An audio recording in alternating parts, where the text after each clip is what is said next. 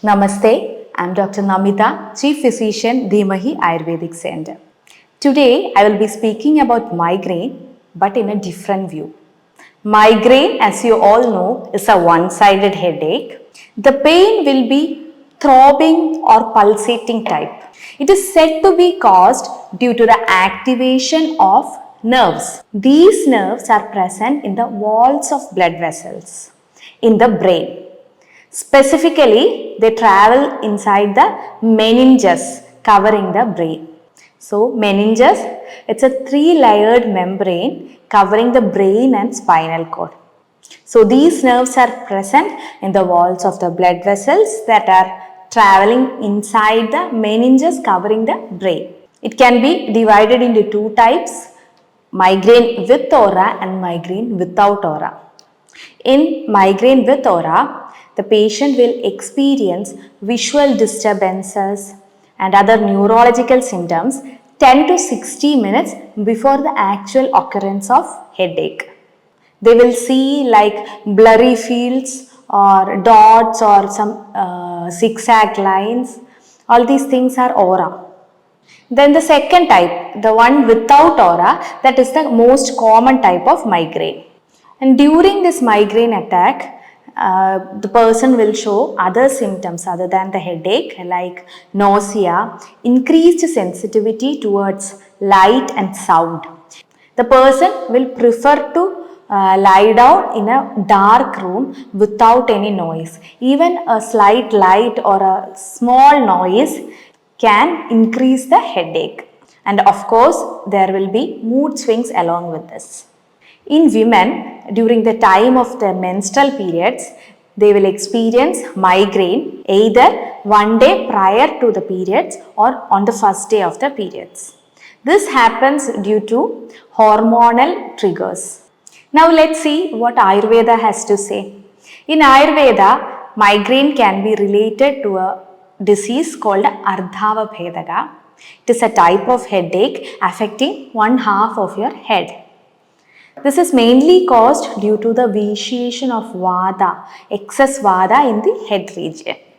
Now, in my experience, almost 90% of people approaching me with migraine has apana vayu vaigunya.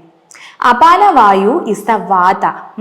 Vata is similar to the wind we see, which is present inside the body. Apana vayu is the vayu or vata present below the umbilical region. It helps in the normal expulsion of fecal matter, urine, sperm, etc. It also helps in childbirth. So, any obstruction or hindrance in the normal downward movement of apana vayu results in its urdhvagamita or upward movement. Normally, the vayu is present all over our body. According to each area, it is given different names. So, anywhere it is, its normal movement is always in the downward direction.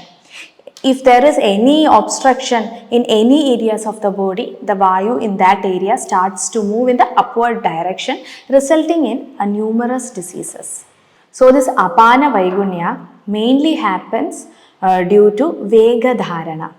Vega means the natural urges like stool and urine.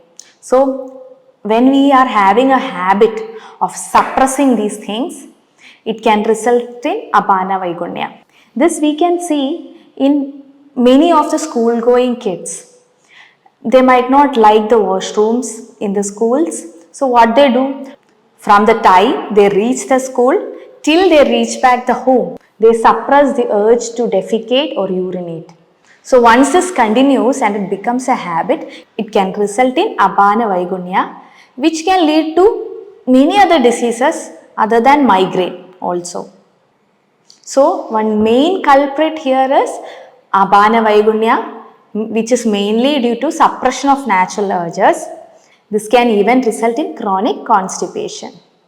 Then the second reason is swelling or inflammation present in this area, in the neck region and the shoulder area, which compresses the blood vessels, resulting in reduced blood flow towards the head region. So here also you can see that the vata present in the head region, it is pranavayu, its normal downward movement gets hindered, which also results in its upward movement causing severe headache. So one of the main cause for development of inflammation in this area is bathing in inappropriate time. So you might think, is there a specific time to bath? Yes, there is.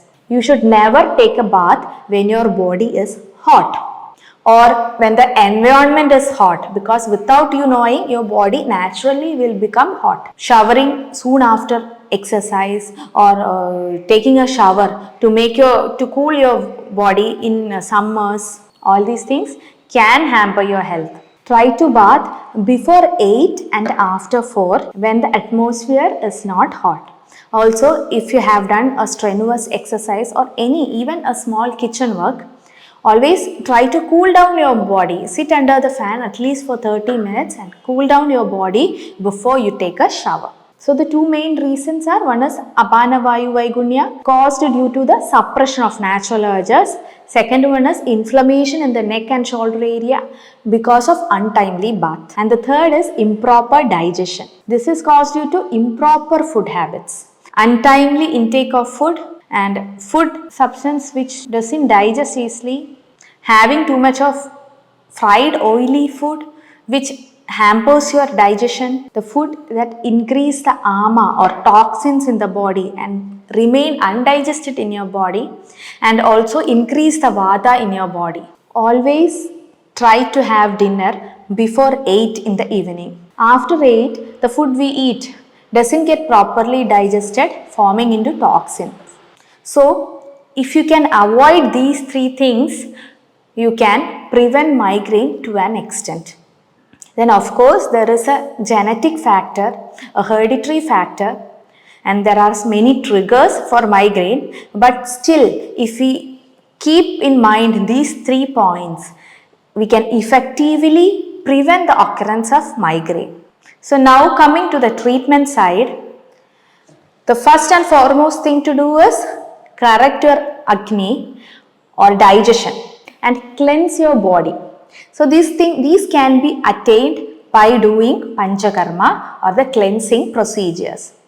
In Panchakarma, the most important treatment in migraine is Nasyam. Nasyam is application of medicine inside the nose. This will clear the nasal passage and remove any obstruction present in the head. Along with this, other treatments like Shirodhara, Shiro Abhyanga are also very much effective. So now I think you have got a little bit of idea about migraine and how to prevent it. Stay healthy and stay happy.